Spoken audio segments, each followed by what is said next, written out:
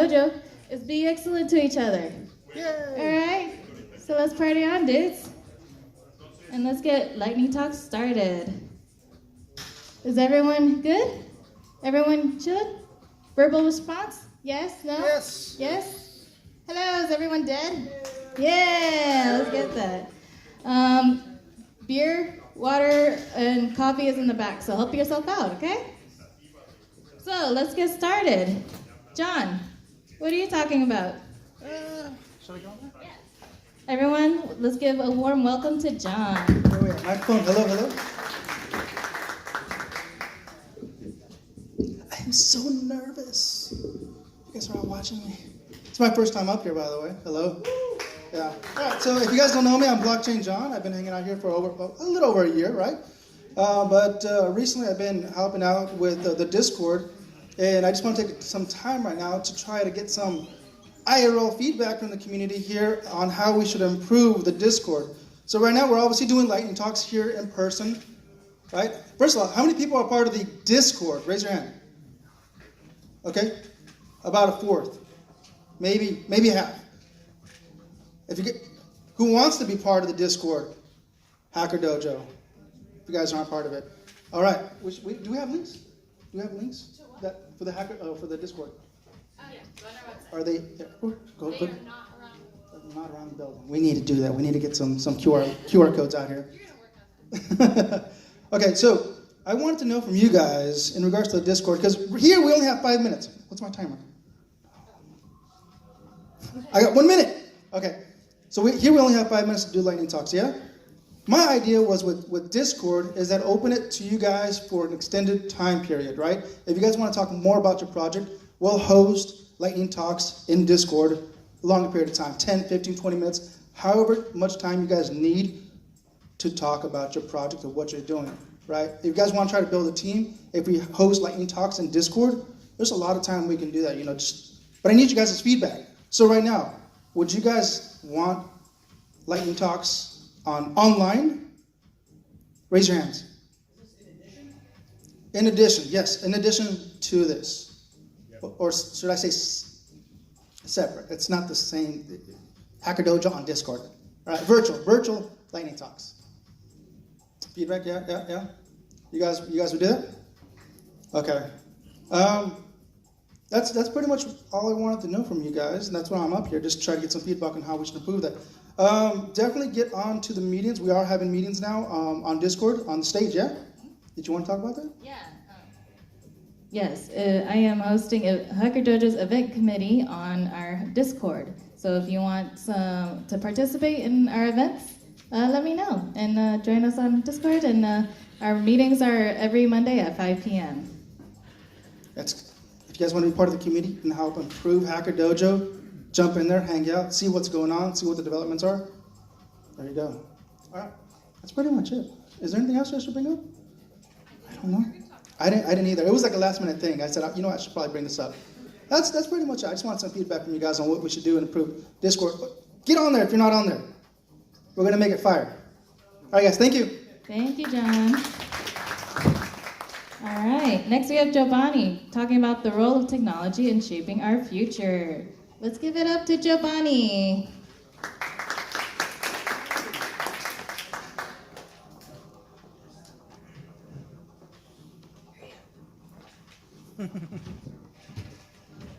Awesome. May we stand here? Yeah, but take the mic. Take the mic.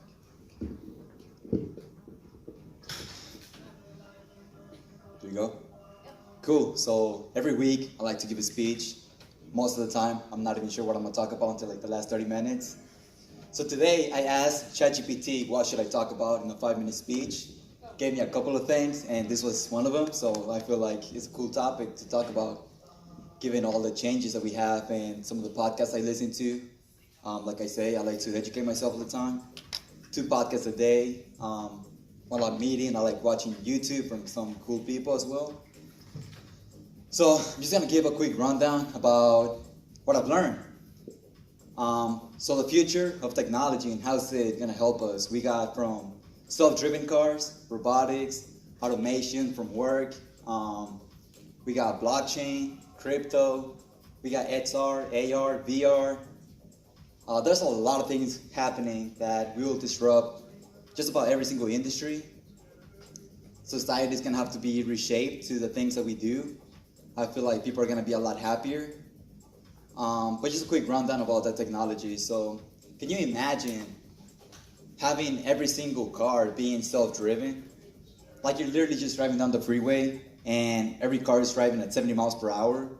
There's literally almost no crashes happening. And you get to your destination a lot faster. Instead of having people just swerving into your lane, it will automatically do it and give you space, give you that space to just move safely and avoid so many crashes. Blockchain, NFTs, generative AI. So what do I see in NFTs and generative AI is the ability to create your own script of the movie that you want to watch. So we have a bunch of characters, a bunch of cartoons. Can you imagine the little NFT card that a lot of people made fun of, like the little art? Can you imagine that becoming a character where you'll be able to write out the script of the movie that you want to watch as you're watching it? And the people are going to be able to profit from that because that's going to go into YouTube, that's going to go into all these different channels. People are going to donate money to it, and then that money is going to be distributed to anybody who owns the NFT.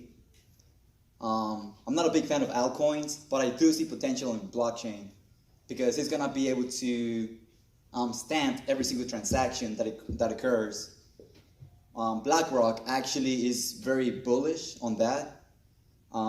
Bank of America, it's owned by Berkshire Hathaway, or they have a lot of shares owned by Berkshire Hathaway, so that's Warren Buffett. He's bullish as well. And you're gonna be able to literally stamp every transaction, which is gonna be forever on the blockchain. And a lot of people say it's visible, like there's no anonymous things happening. So that's a plus and a minus, depends on who you are, you know. To me, I got nothing to hide, so if anybody wants to see my transactions, I'll show you my bank account, doesn't really matter. And then robotics, so robots are gonna be helping the elders a lot in their home. You're gonna be able to have a conversation with a robot and have your parents chat with them. So it's gonna basically shape itself and its mind based on who your parent is, and have your parent literally talk to the robot and have like a great conversation because it adapts to you, who you are.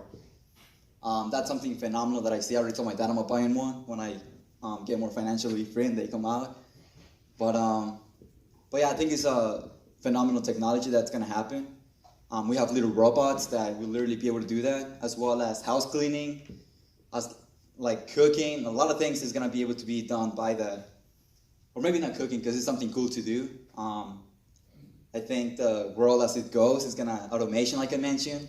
ChatGPT is gonna be able to take away so many tasks that it's so annoying to do.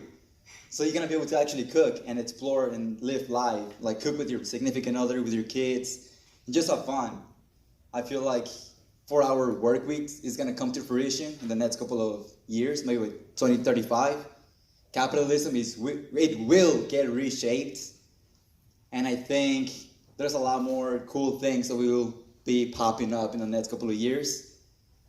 Some I don't really want to talk about, but I think it's going to play a key role in how we build communities and how we live together as a society.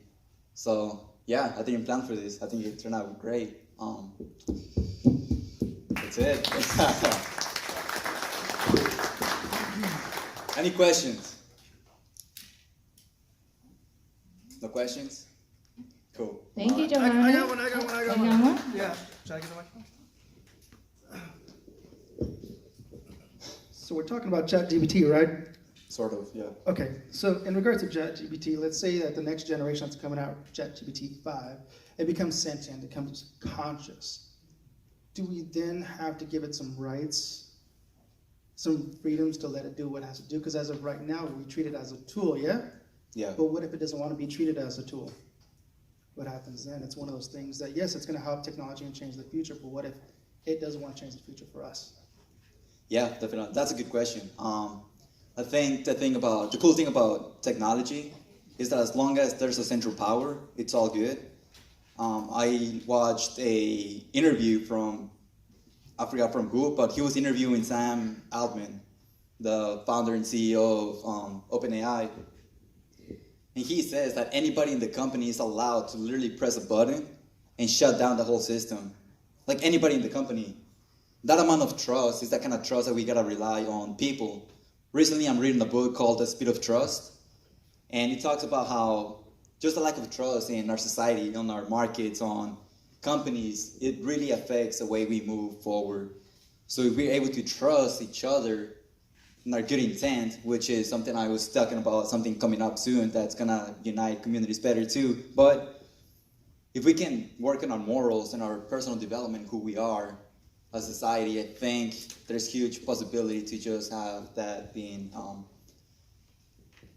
a more trustful society going forward and integrate that technology better into our lives. So personal development is key, low-key. Just saying, working yourself. Thank you. All right. One more question. One more. I have a question about the question. Go for it. How will we know if Hold on. Oh, Hold on, sorry. she was her question first. Okay, go ahead. Yeah, go ahead. Oh, I thought you wanted to go ahead. So yeah, my question is, don't you think it's dangerous to become friend with a robot? Because for me, I could have my perfect husband, and then the robot is so perfect, is so acclimated to me and what I want and how I think. So there is no argument and no exchange. Like you don't grow.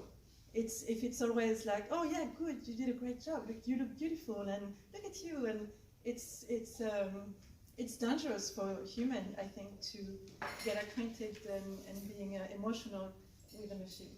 There's some movies about That, Oh, yeah. that is a good point.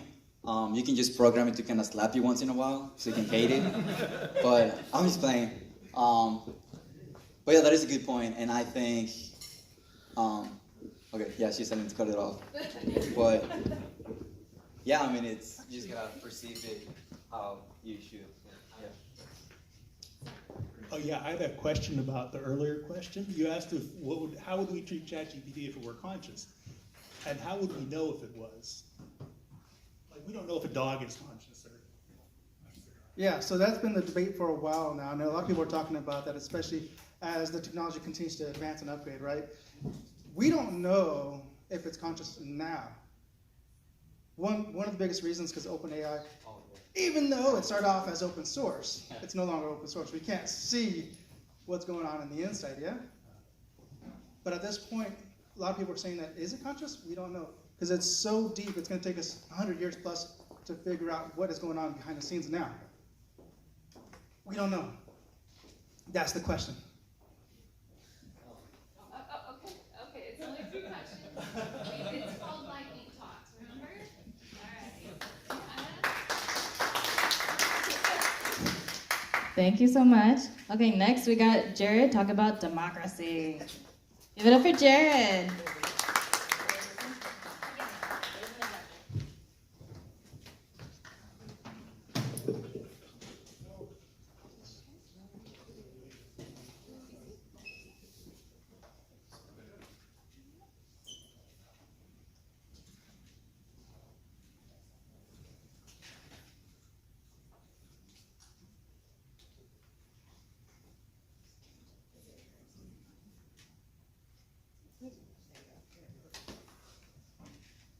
Hello. Hi. Okay. So, this is about why everything you know about democracy is wrong, and how modern technology and the forgotten ideas of dead people. Oh, it's not here. You gotta move it to your other screen. I gotta move. I don't have another screen. Set the mirror instead Nope. instead of. Undo it.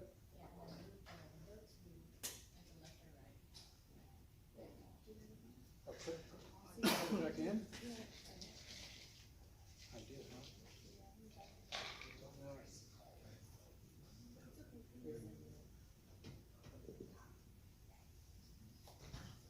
Ah.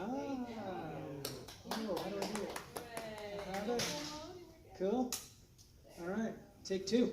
Well, everything you know about democracy is wrong, and does that work?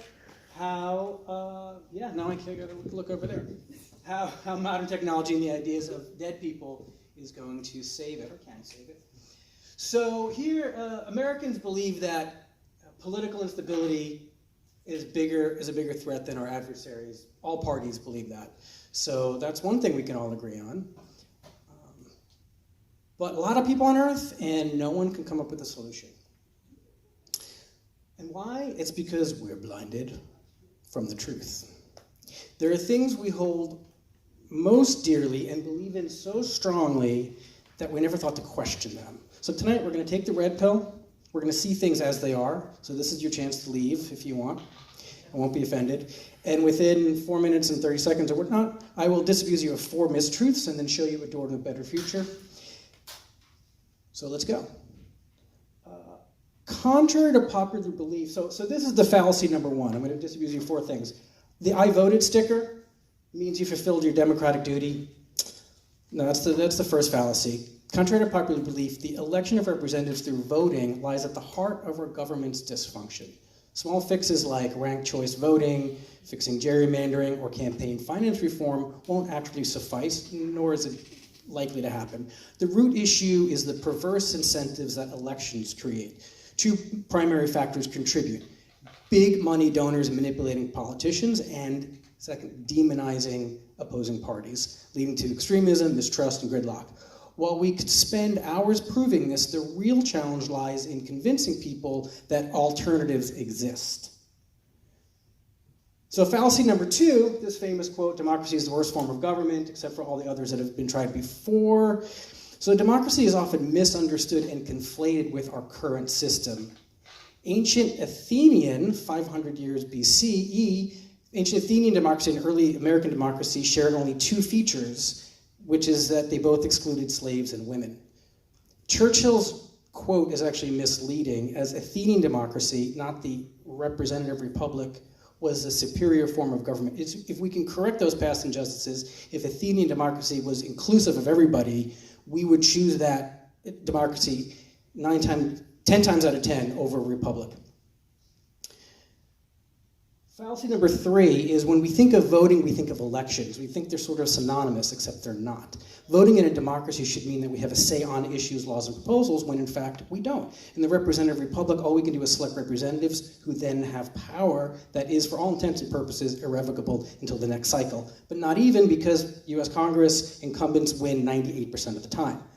Fallacy number 4, the notion that accommodating large populations in decision-making is impractical.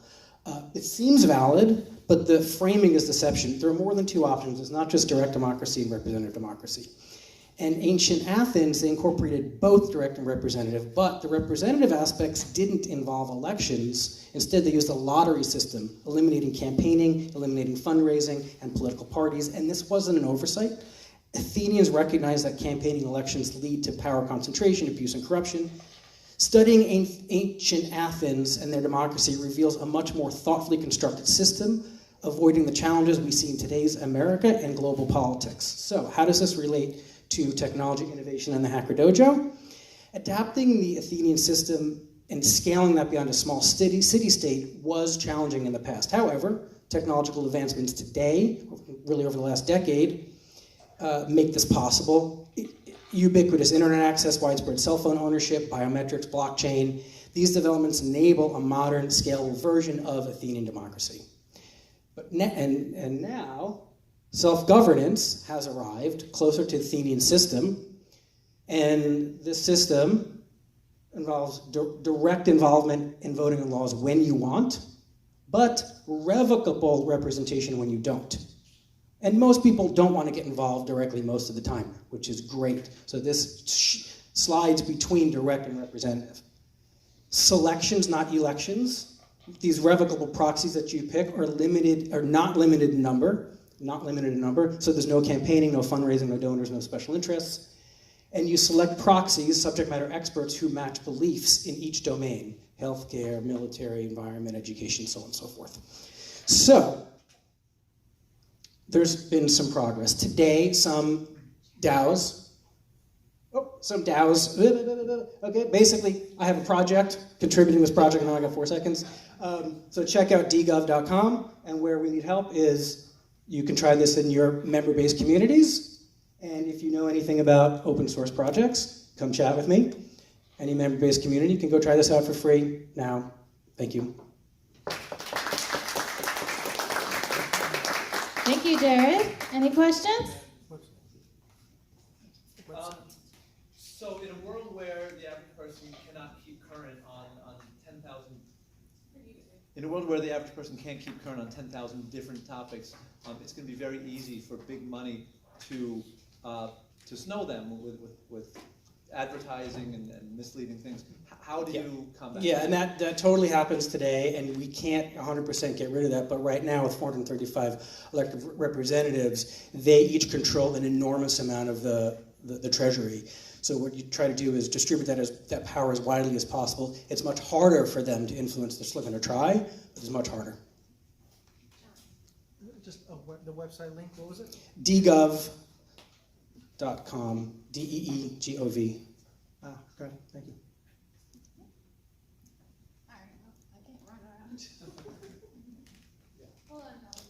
DAOs are using something like this today, and this is making it sort of more accessible to any member-based organization. Yeah, my question is, so we have accepted electronic voting system. Why not accept the AIS or another party which can control? I mean, which can facilitate better government, AI-based government. AI-based government? Yes. Yeah, I mean, honestly, it's not something I've put a lot of thought into. I'm sure many people have, but my interest is more of creating a self-governance system where we're not concentrating power in the hands of a few, and the will of the people is actually represented in the laws. I had a quick question. Yeah. Very interesting topic. So I've been thinking about this quite a bit, and my one area that I want to at least ask your thoughts on this.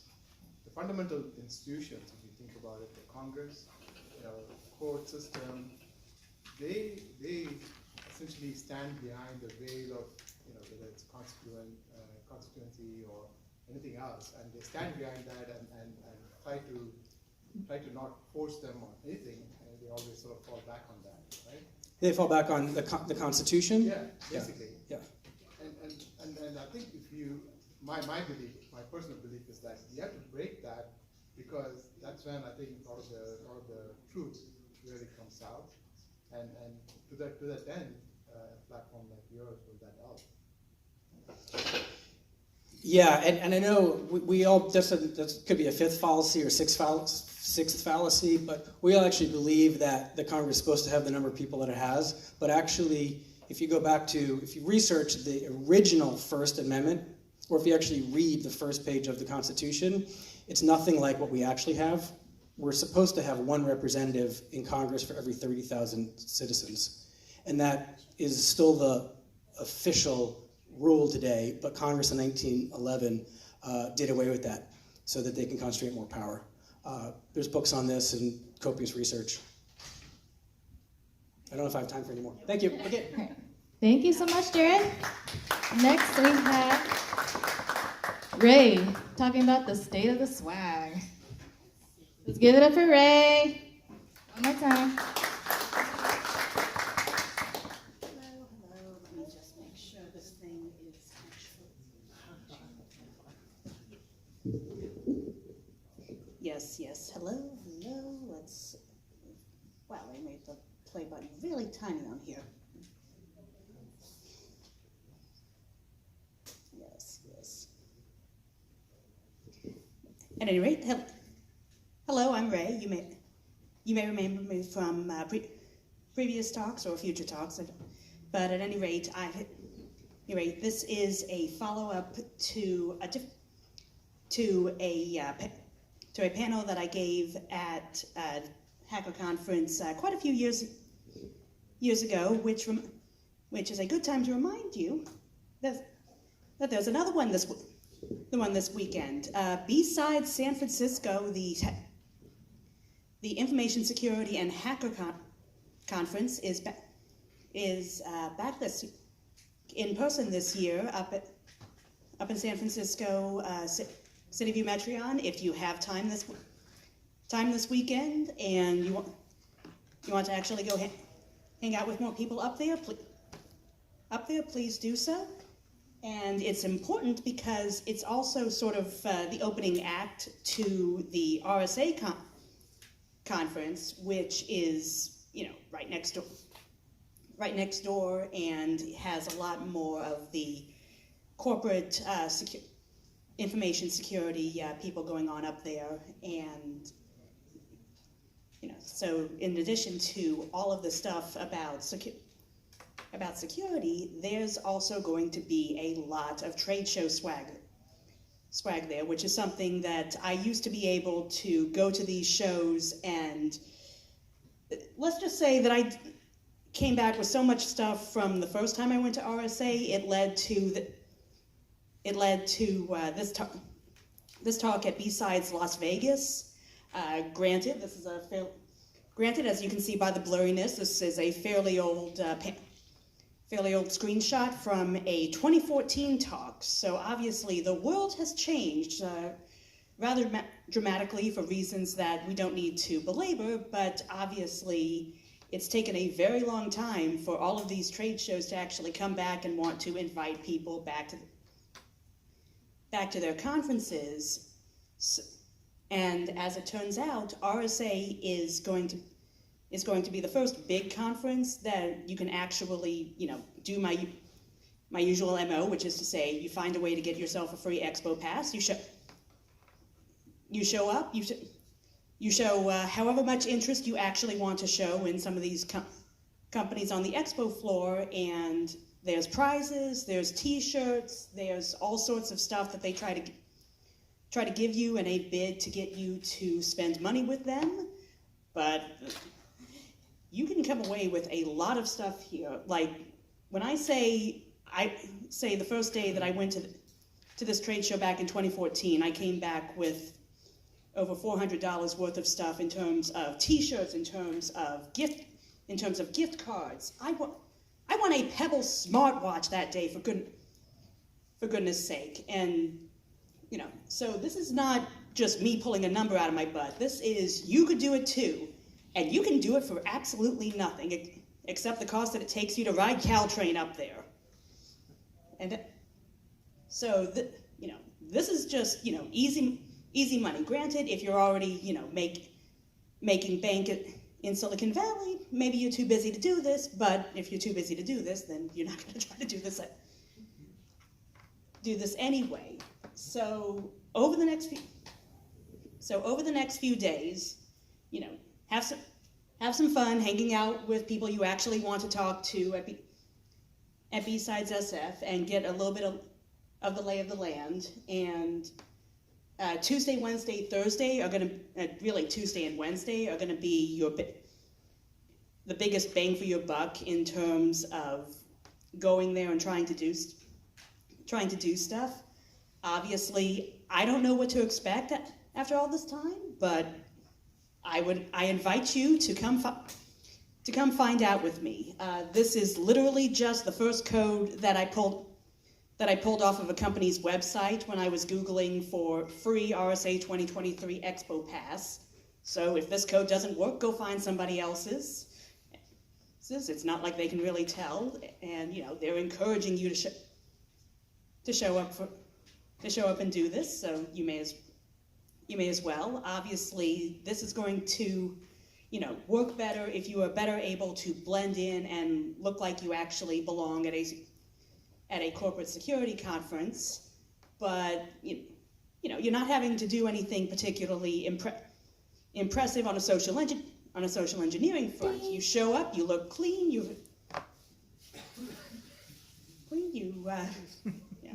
make it work. And there's a few extra little things you can do. Remembering to actually show up when they have the drawings. yes, any gift card under $10 can be cashed out for, easy money, including all of those little $5 Starbucks gift cards they'll try to give you to pay attention to their presentation. If you're worried about spam, you can give them fake contact information, but sometimes, they'll still invite you to other free events to go on. And any questions, or do I still have any time? I don't. Any question for Ray?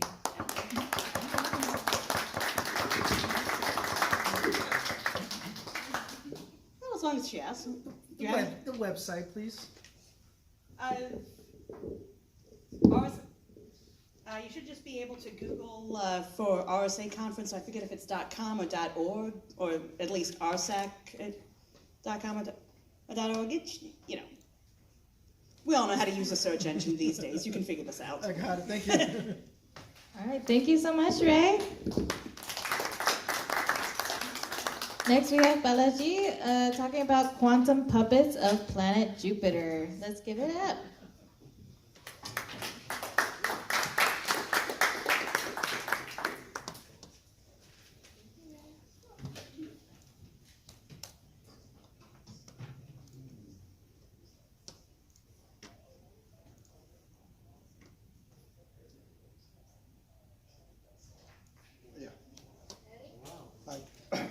I'm Balaji. This is my LinkedIn profile, and I'm talking about the quantum puppets of planet Jupiter. So how we can consider, the planet Jupiter, which is the largest in our system, as one of the quantum computer or a brain of the universe. So. Actually, one MIT professor came up with a research that the universe itself is a quantum computer, which is governing its life. So, based on that, this talk, and basically, if we take our whole body as a brain, it is not a quantum computer, but our own brain is the one controls everything. In that sense, which is the largest planet can be the qualifier for that. So the Jupiter is the first one to form in the universe and the last one to remain, because they are observed in the other planetary system. This is the one first forms and the last one to disappear. So it has the largest liquid ocean, largest moon, and it is the fastest spinning planet. And it has the largest magnetic field also. So this is the first how it formed from sun to, and it forms first and moves to the middle of our universe slowly. And it is a gaseous planet, but it has a hard core also. It has a gas, liquid, and solid hydrogen, everything in hydrogen based one. So this is the largest Jupiter size. All the planets can fit into this, our whole system can fit in that much large. So, which is the largest it can control, that is the logic we know. So, if you take the surface of the Jupiter, it looks almost like your brain's this structure. And also, it has layers, 8 layers of zones and belts, which controls 8 planets, my hypothesis, but it is possible. It is the inner structure of the Jupiter. It is the inner core is hard, outside is liquid, solid. One is solid, another one is liquid, and another one is the gaseous one. So all the forms is hydrogen based, hydrogen liquid, gas, and solid metallic. So the metallic hydrogen is the one secret it has. That is the one creates all the magnetic power, which MIT is trying to get that. Once we get that, we can create a lot of things. That is the one we are missing. So if you take inside the planet, we can see like a noodle, like metallic hydrogen, which almost looks like our brain noodle structure. And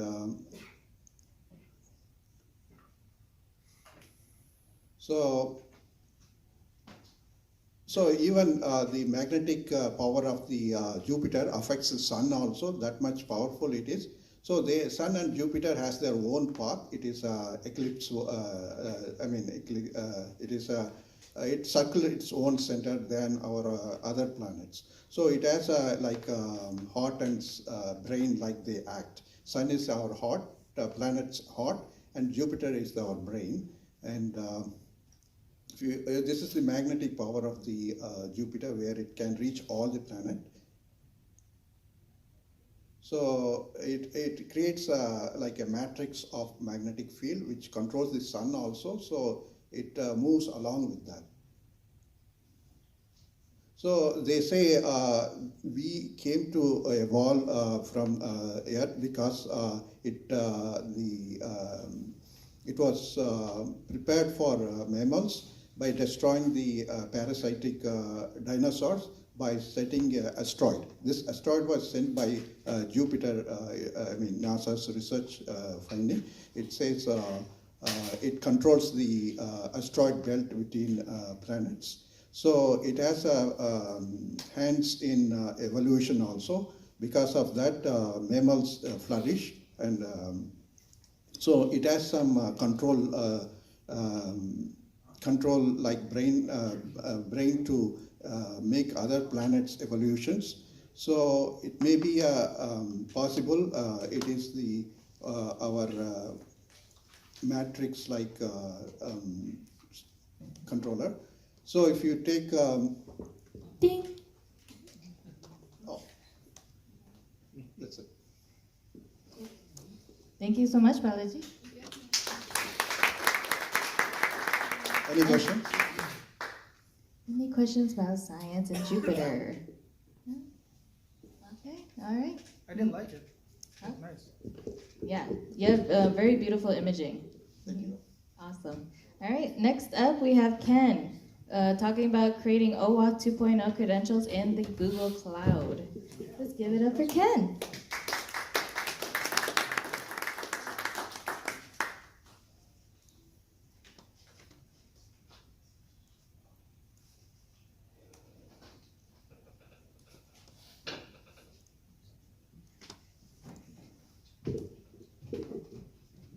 More on this side. No, the other.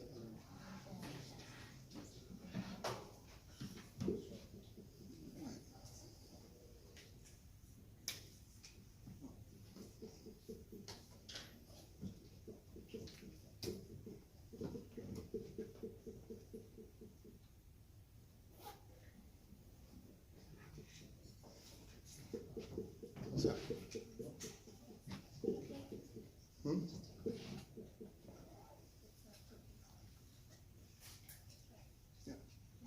Okay.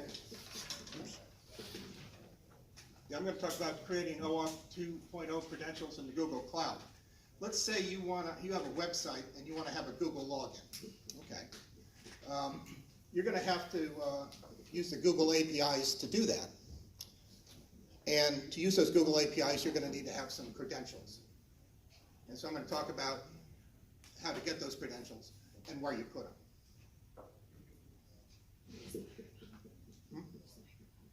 Is it on? Can you hear me? I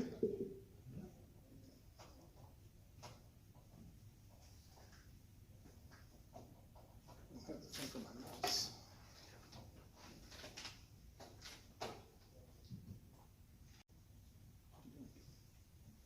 No. Please don't do that.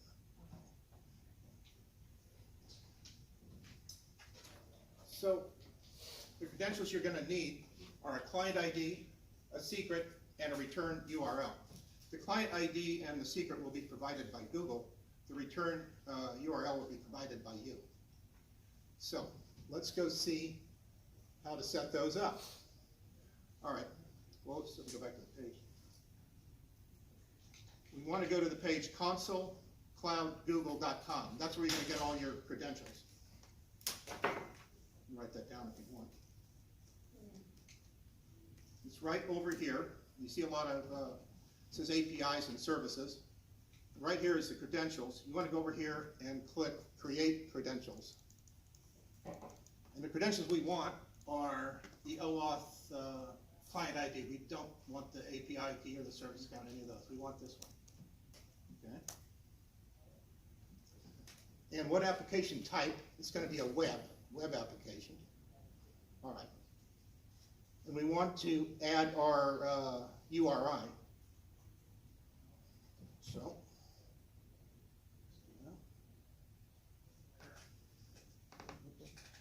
What is it? UI.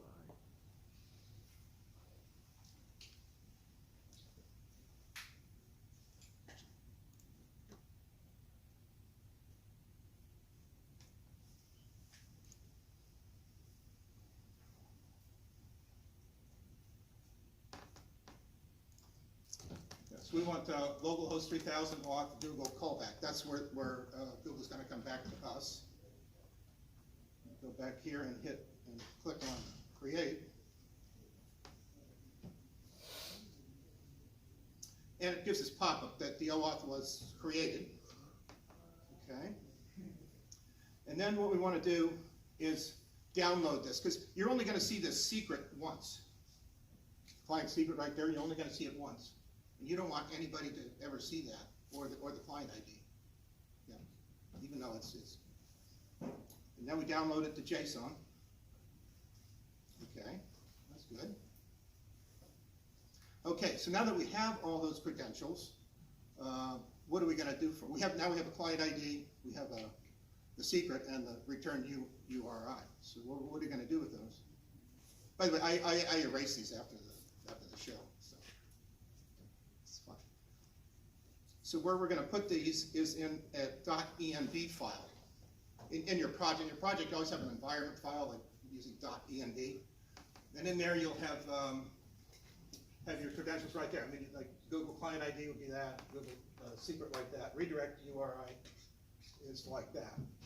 For Heroku, they actually do them different. If you're going to set something up there, you do a Heroku config.set. But you want to get a unique set of credentials for each one you're doing. So for localhost, you want unique. For the if you're going to push it up to Heroku, you want that to be unique. AWS is going to be different. Azure is going to be different. If your friend has a website somewhere, that's going to be different. So it's always different. You don't want to be pushing this .env file up to GitHub where everybody can see it. The other thing about this is then your code is nice and independent. People don't have to have a client file in there.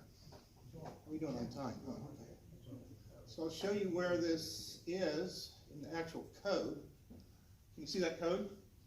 Right in this code, this is Node.js right here. You can see this line here, client ID is equal process env. That means it's going to go to the .env file and get this parameter here. And all same with the client secret and same with the redirect URL. So in this code, we're trying to log in by Google. That's what this code is doing.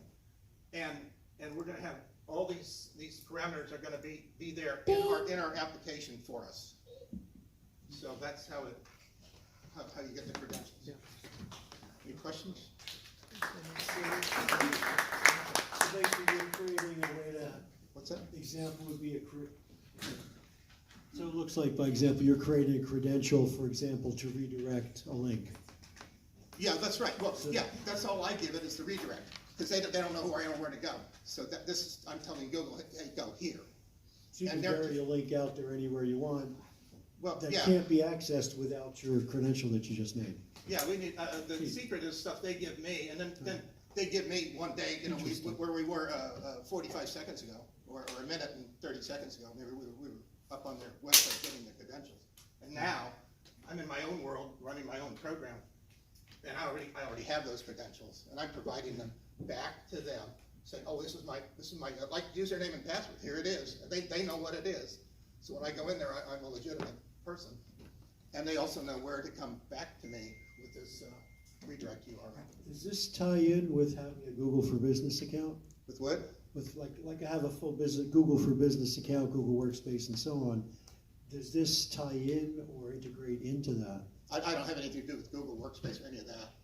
Okay. I did a chat GPT to get this code. All I wanted was a Google login on my website. That's more useful than a lot of people realize. Yeah, it's it's helpful. Thank you so much, Ken. Next, we have Fabrizio talking about super app. One more time, give it one more time. A round of applause for Fabrizio. Okay. How are you guys doing? Good? Yeah? Yeah? Woo!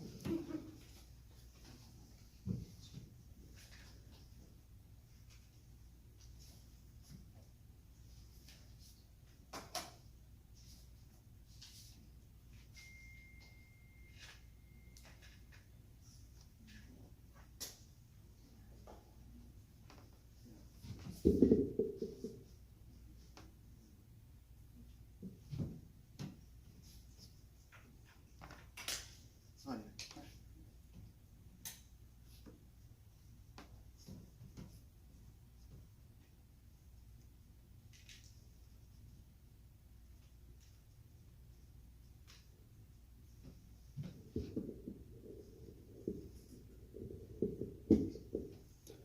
Hi. Is better like this or this? This is better. Yeah.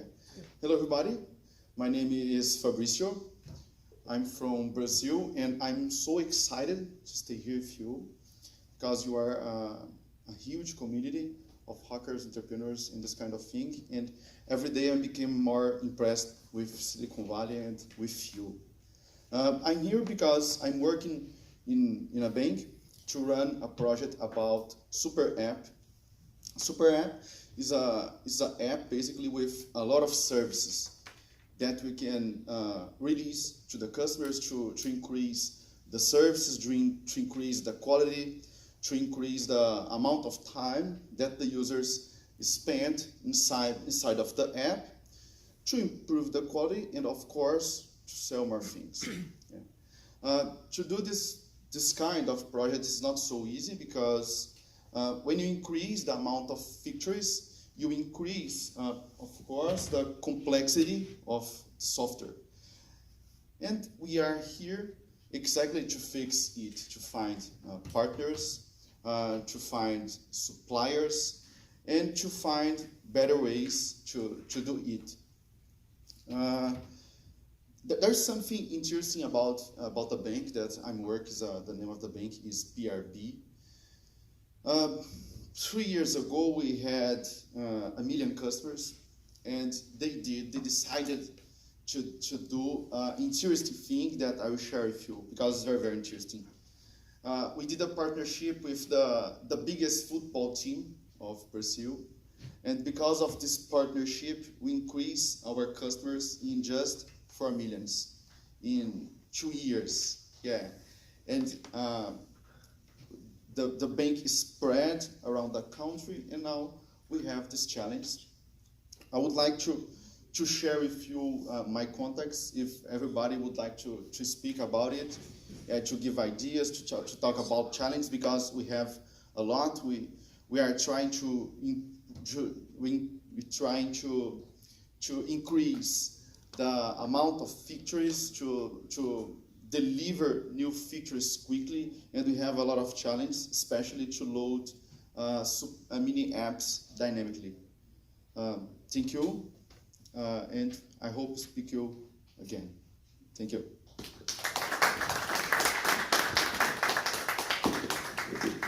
Thank you, Fabrizio. Next, we have Svit talking about macroeconomics / crypto updates.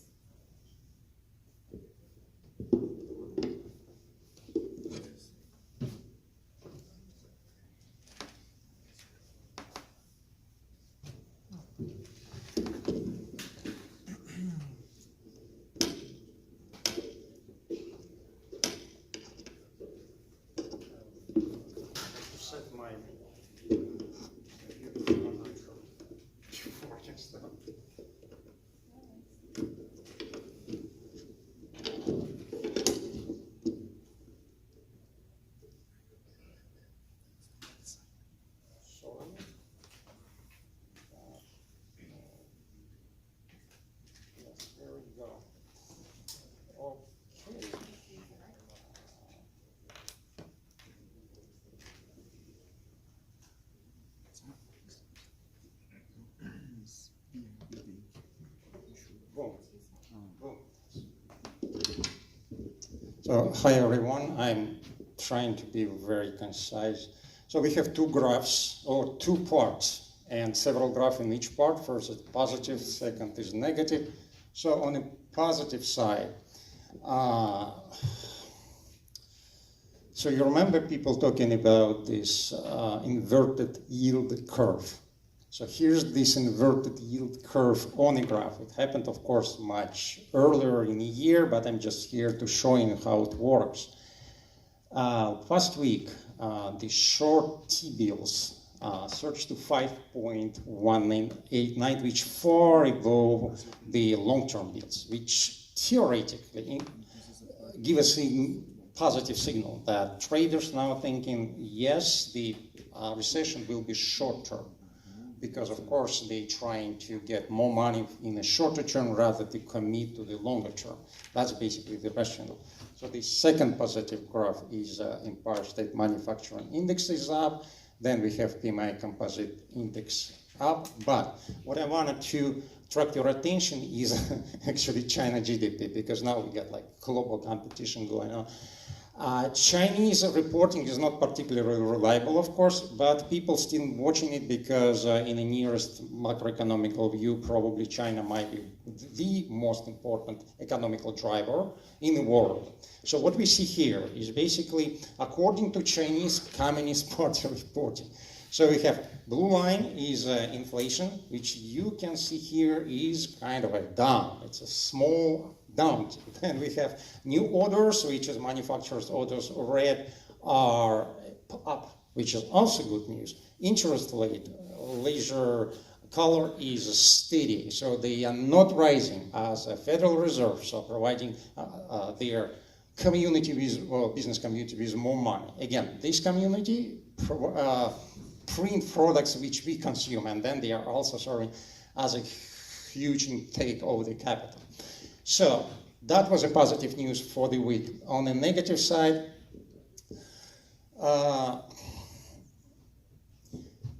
each of the 12 districts, Federal Reserve banks, they publish their own indexes on different sides. And Philadelphia is one of these 12 districts.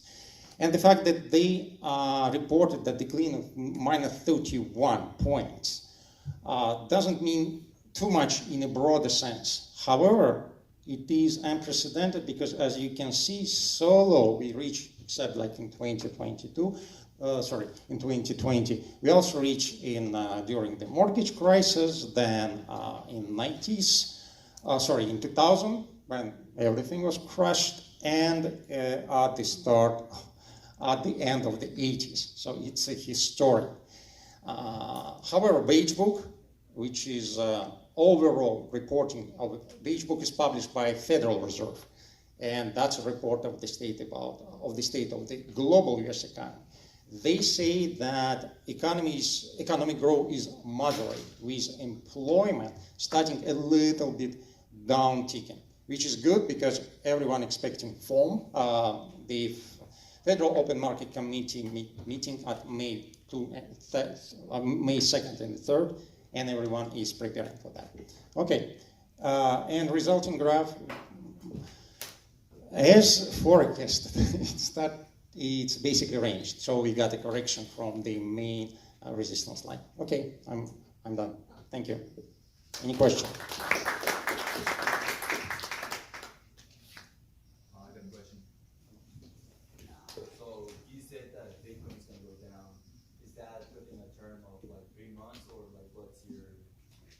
Oh, that's monthly. But compared to the rise of the past, that's again monthly. We have 3 months of almost uninterrupted growth on all sides, not only in Bitcoin. Compared to that, this is basically not even the correction yet. So we expect correction at about maybe, according to Fibonacci, basically 30 and 50% of the growth. So it's basically either here or here. So. But still, markets kind of stumbled because traders, again, they're expecting the week after the next, is going to be Federal Open Market Committee meeting, and they will decide on a rate, which everyone expects to rise. Okay. That's it. Say it again. Are you bullish long term? Well, I'm caution long term. You see this three scenario. So now markets are playing middle scenario. So I made a projection here. So until now it goes as projected like 7 months ago by myself according to the middle scenario. But who knows? No one knows the future for sure. Yeah. Okay. Thank you.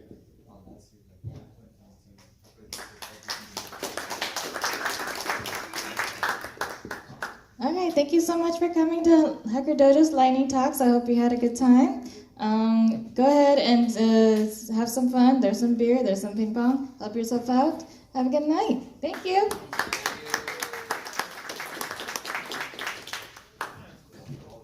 See you next week. It's a wrap.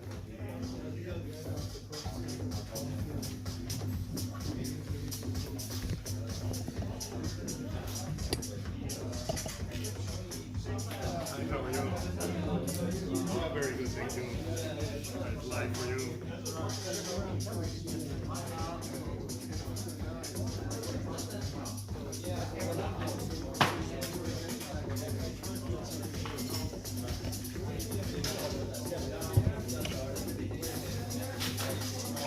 Take care of that.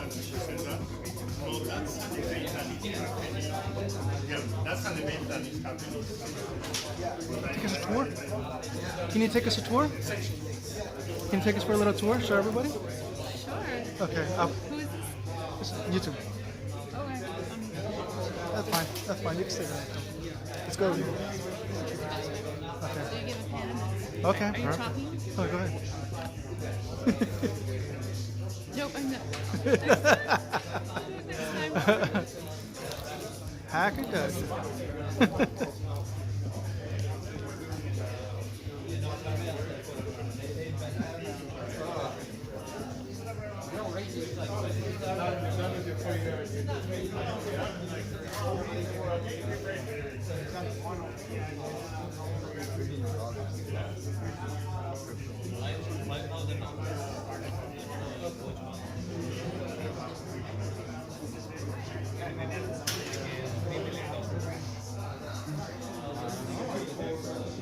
That wasn't me.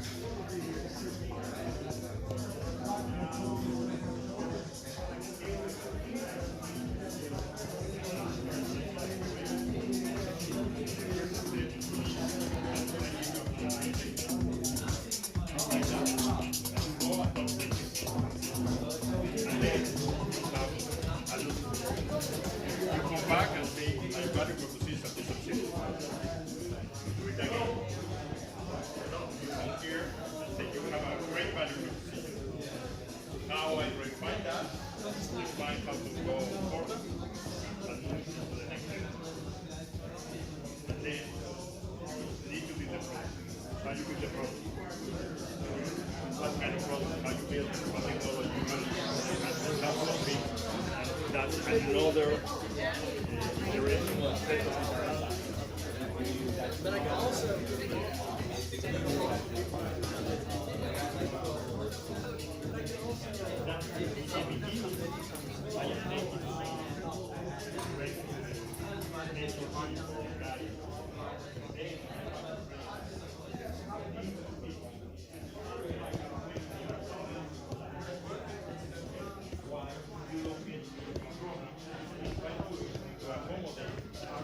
according to the stage.